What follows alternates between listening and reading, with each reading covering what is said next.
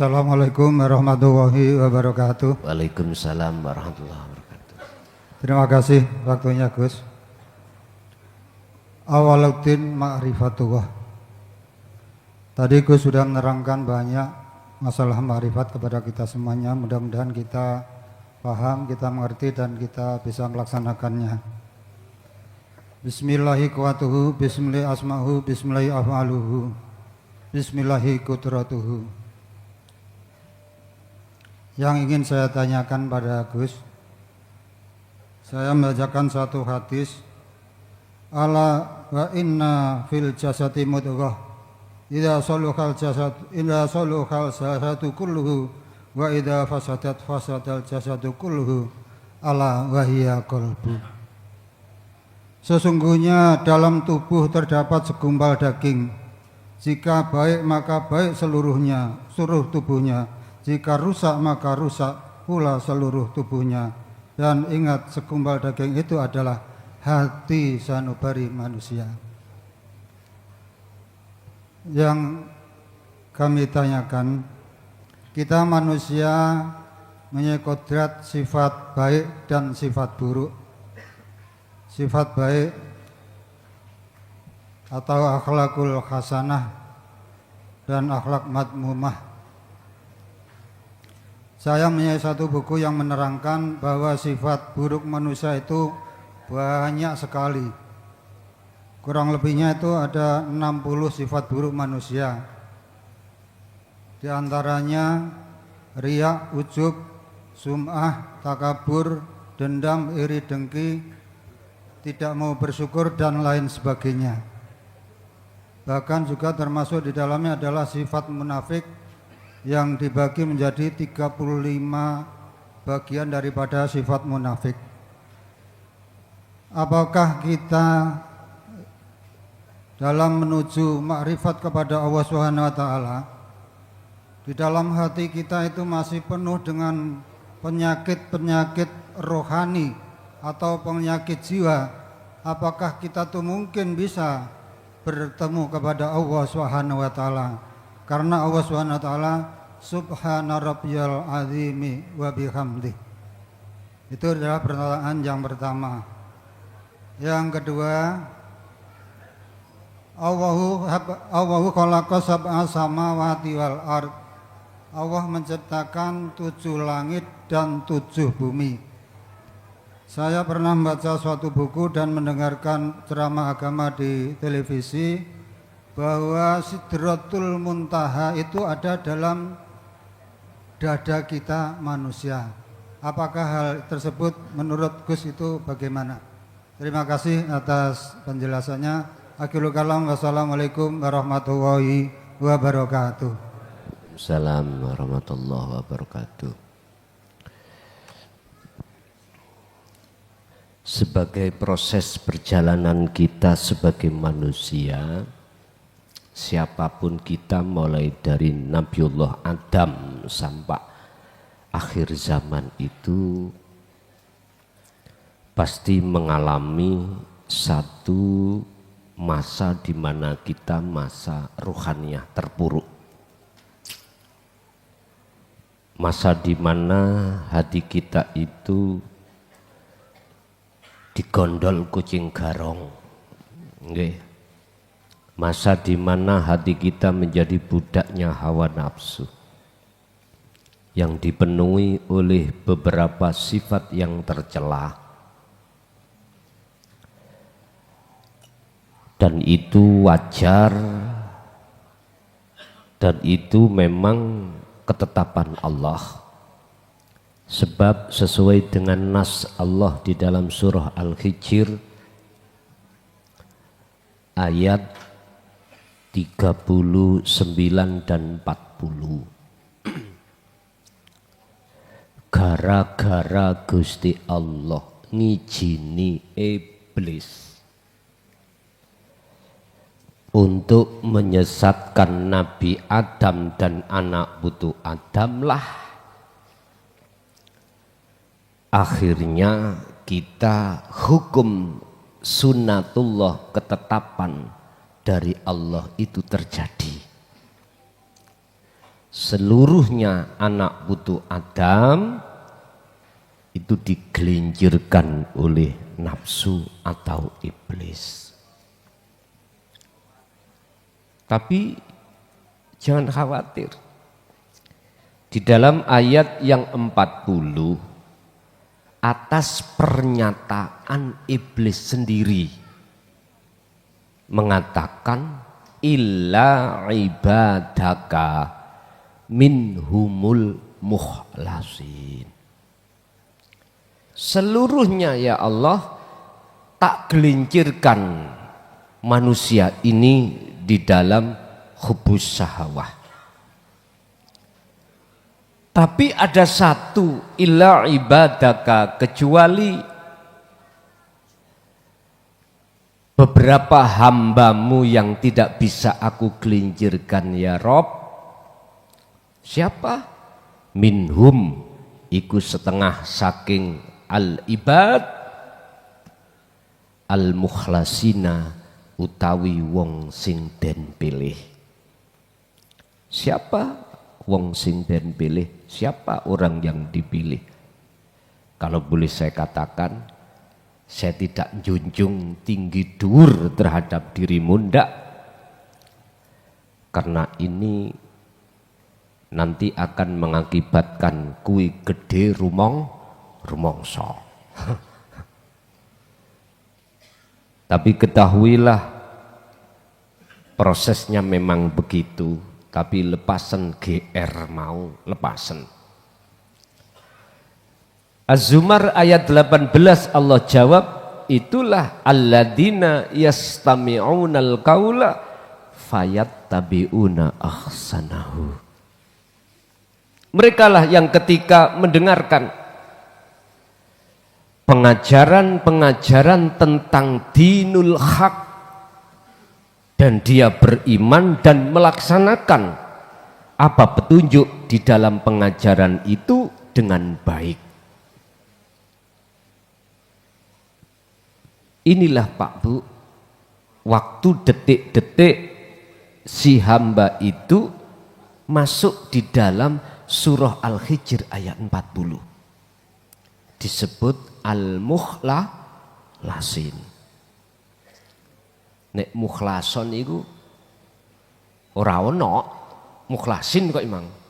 Mukhlason mboten enten. Tapi sampean goleki ning Quran tulisan mukhlasan ono situk gindil-ndil.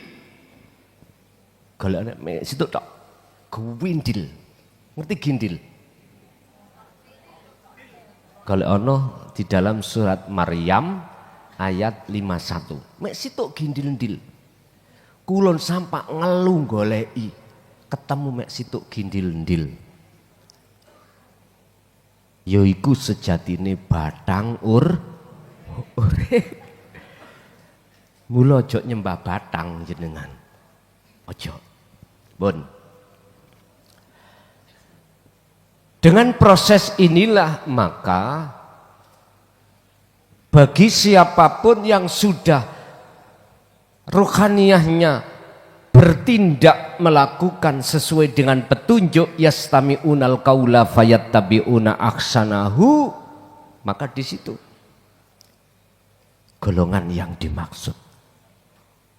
Tapi kita semuanya pasti mengalami jadi budaknya hawa nafsu. Berarti inti jenengan semuanya itu mantan wong bejat. Ya dah, hati kita mantan orang zalim. Mengapa tidak berani mengakui? Wong Nabi Yunus yang ngakoni kok.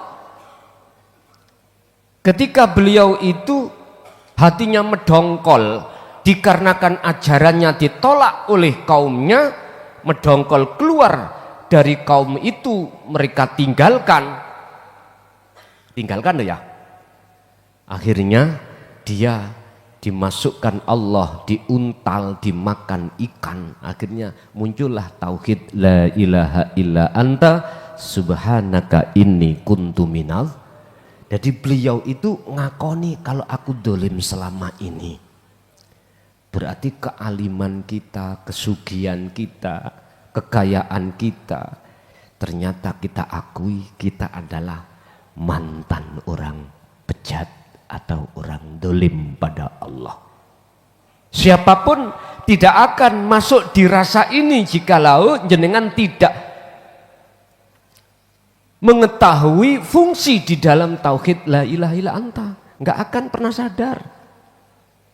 Tapi berhubung dengan sudah masuk di dalam kancah wilayah tauhid la ilaha illa anta, maka apa yang terjadi? Menangislah Anda di mata Allah.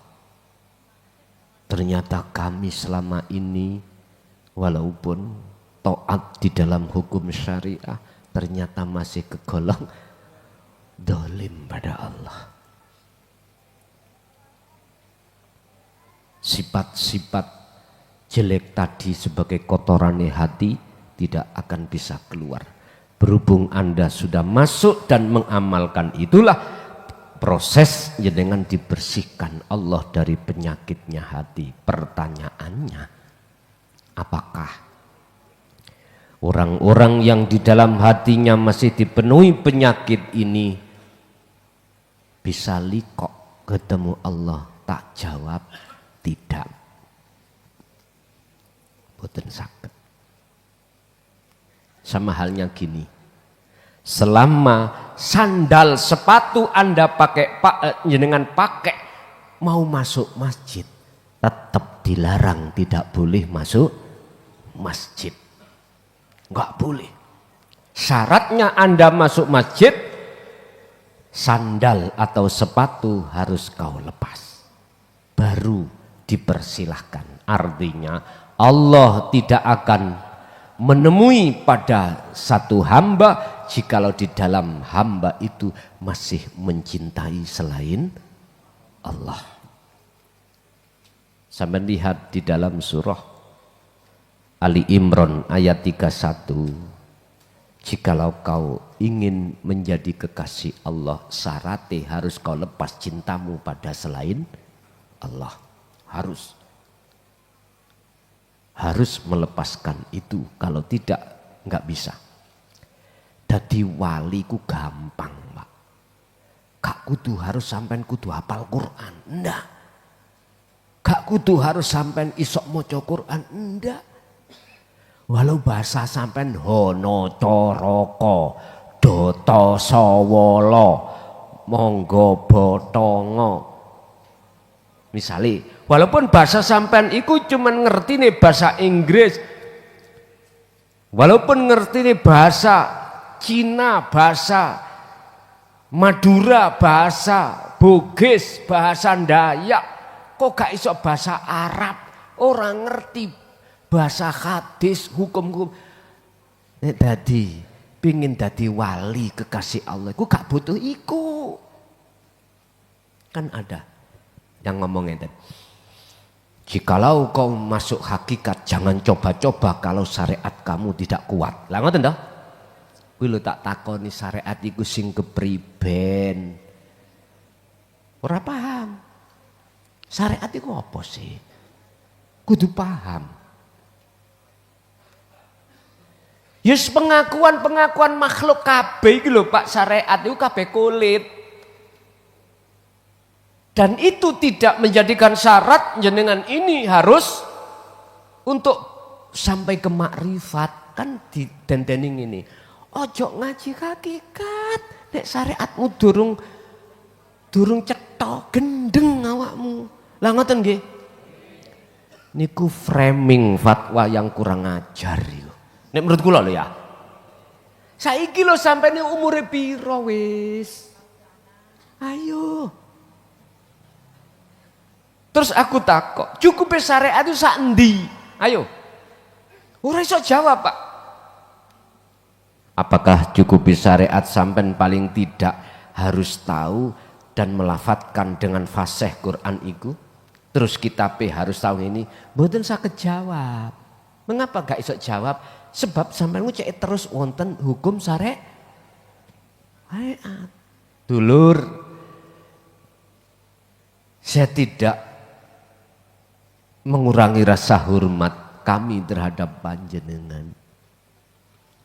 Ning donya iki jenengan kalih kula iku mung sakedhepe netra. Laksana mampir ngombe. Wis kok pikir rohaniyahmu balik nang Gusti Allah. Wis iku tok mawon, aku gak titip apa-apa. Wis kok pikir. Kapan jatuhnya kematian pada diri kita? Kapan?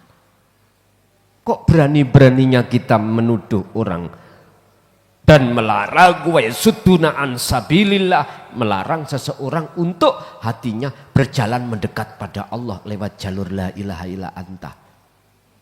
Nyuwun sewu. Kalau kita berpikir dengan hati sadar Pak, kalau mikir dengan akal mboten saged. Terus saya sampean kali kula mentingno pribadi ataupun golongan. Lihat apa sebab kaum Khawarij itu membunuh terhadap Sayyidina Ali, Hasan Husain, bahkan putune Sayyidina Ali. Mek situk karena tidak mau menerima tentang tasawuf ini. Dianggapnya ajaran tasawuf adalah ajaran yang mengkat zaman ini. Artinya apa? Mendadati kemajuan zaman. Boten terima. Akhirnya kubu itu menuduh beliau-beliau yang meneruskan estafetnya Rasulullah, ngapunten Kang Kadah, sakit hati dan merencanakan untuk dibunuh. Lu memang begitu Pak. Makanya sejak beliau yang terkenal dengan tragedi Karbala itu sampai 2014 kemarin, 14 abad, 1400 tahun ajaran ini kan terkesan tutupi. Gak berani Pak. Memang begitu. Lah sakniki wis Allah nyatakan kewujudan Allah di dalam dohirnya, ya udah. Bloko sudah. Sing trimo ya monggo, gak ya gak patheken. Jarene Pak Harto lak ngono ah. Ora dadi presiden ya ora patheken. Ya sudah.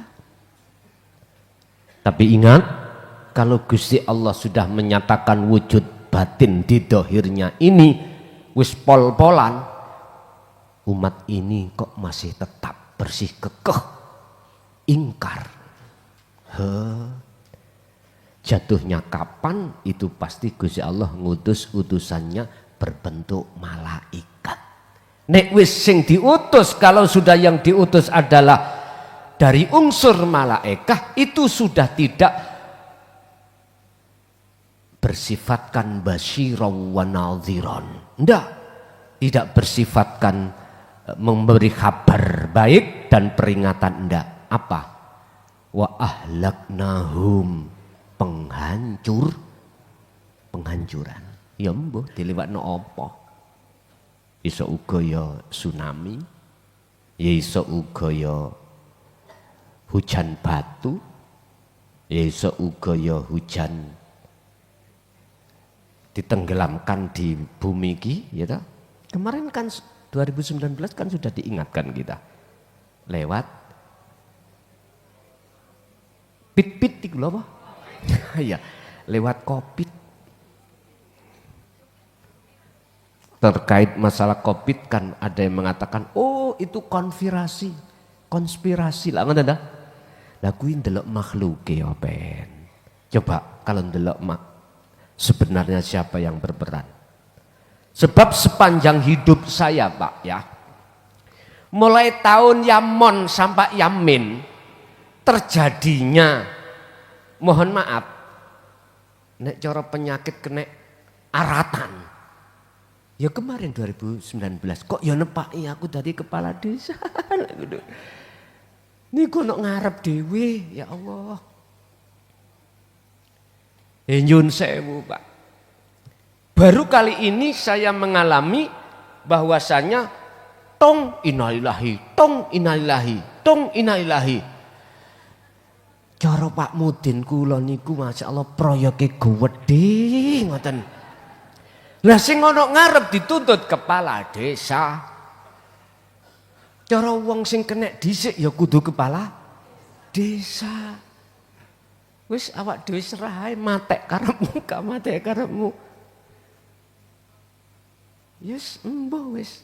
Sebetulnya Pak, kok aku gelem cerita kula ya kena asline. Tapi kula gak wani cerita. Gak wani cerita nang istri, nang anak, ndak. Tak rasakno dhewe awake kok mreteli. Mangan sak mangan, kopi lho gak rasa kopi belas. Lho nggih, iku paling gak sampak 7 dina. Gusti nek panten mungguh sampean apik, kula matek saiki ndang patenono. Penak keluarga kula oleh dana kopit. Lho, mek ngoten tok. Lah kok diterusno, oh akmu kepala desane sik durung suwe, jare ngoten. Ya ampun.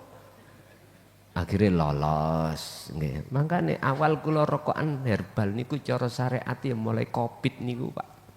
Kanca-kanca nggih ngomong, "Lah iya Gus iku lho, kok ora patek maskeran lapo?" Lu gak ngerti aku rokok herbal. Ini bahasa sarengat ya toh.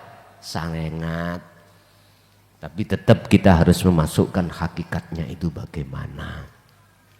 Pun. Jadi nggak akan pernah kita itu akan bisa bertemu Allah manakala hati ini masih ada penyakit sekecil apapun. Nggak bisa Pak. Karena memang itu hukum. Allah itu tidak akan pernah mau kau duakan. Nggak akan pernah mau. Berarti harga mati kau harus melepaskan hatimu dari kesenangan selain Allah. Kalau sudah kau lepas, yuhibbukumullah, yuhbib mongko ndadekake kekasih kum ing sira kabeh sapa Allahu Gusti Allah. Terus kesalahan-kesalahan yang dulu bagaimana? Wa yaghfir lakum dzunubakum. Lan Allah ampuni, hapus semuanya kesalahan sampean ngene. Halo. Tahu, ngerti ngene? Wong apa sing gak iso ngene? Wong sing gak duwe jempol. Paham nggih? Jangankan perkara babakan molimo gak di ngapura Allah. Urusan syirik khafi pun dilepas. Padahal ingat, tidak ada dosa yang Allah mohon maaf tidak ampuni kecuali yang tidak bisa diampuni adalah syirik. Iku hanya ditebus taubatan nasuha. Carane ya bunaya la tusrik billahi syai' inna syirka la zulmun adim. Syirik itu penyakit hati. Hanya satu jenengan iki iso nebus yang disebut sebagai taubatan nasuhan, ilmu amal istiqomah. Yang kedua, di dalam tubuh kita sesuai hadis, dan hadis ini dinukil oleh Imam Ghazali dalam kitab Ihya, Pak. Jikalau di dalam tubuh manusia itu ada segumpal daging, manakala ini baik, baiklah semuanya, manakala ini rusak, rusaklah semuanya. Al-muradu bihi, yang dimaksud daripada daging itu adalah al-qalbu, hati. Tapi di dalam Ihya itu disarai maneh oleh Imam Ghazali, al-qalbu ar-ruh, ruh. Ya ruhaniyah sampean kali kula. Jikalau ruhaniyah sampean itu klebu masuk babakan ruhaniyah yang rusak di mata Allah, ruhaniyah yang rusak itu ruhaniyah yang menduakan Allah. Ada iman selain daripada hidup sejati dalam diri itu, maka itulah yang disebut rusak. Artinya apa? Jasmania sampean iki baik ibadah murni atau tidak murni, mahdoh ataupun gairu mahdoh, di mata Allah rusak. Rusak. Bahkan di dalam keterangan kitab hikam itu Pak ya. Nanti saya launching syarah hikam Sodirun Mimma Hadil Miftahul Ulum Jaya Baru dengan bahasa Arab sederhana, bahasa Indonesia sederhana nanti. Tak launchingkan itu untuk nututi kitab ini. Nanti jenengan luweh gampang tidak dengan bahasa kinayah. Itu gini. Al-a'malu suwarun qaimatun wa arwahuha wujudu siril ikhlas fiha.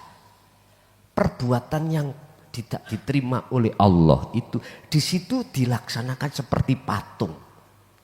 Niki sik matan, Pak. Cara bahasane sampean ngomong patung, ya gak paham. Makanya mriku nanti kita syarah, kita jabarkan maksudnya patung iki ya apa? Yaitu amaliyah. Yang amaliyah itu hati, keadaan hatimu itu masih kau akui, masih kau akui. Istilah bagaikan patung yang tidak ada ruhnya. Apa ruh amaliyah iki? Biar tidak berseperti patung. Wa arwahuha wujudu siril ikhlas fiha, yaiku rahasiane ikhlas. Apa rahasiane ikhlas? Lepas diri makhluk, nyata diri Allah, itulah ikhlas. Jenengan wis gak rumangsa yang sholat, itulah ikhlas. Justru yang dalam hati sampean iku rasa yang muncul, Allahnya yang melakukan, itulah ikhlas. Berarti sampean gak mempunyai harapan surga pahala, ndak. Justru inilah Pak, etika berakhlak ilahiyah inilah yang mudahnya kebukaan nur makrifat dan liqo pada Allah. Tapi dalam keterangan atas dari sebuah pertanyaan ini, keadaan hati kita itu keadaan hati yang rusak, sehingga ibadah murni dan tidak murni di mata Allah tidak bisa diterima. Jikalau itu bagus, maka baguslah semuanya. Artinya segala gerak-gerik sampeyan di seluruh tubuh iki berzikir. Artinya wa aslimulahu, sudah tidak aku makhluk yang melihat, mendengar, berucap dan lain sebagainya, tapi jadinya aku Allah. Lanjut.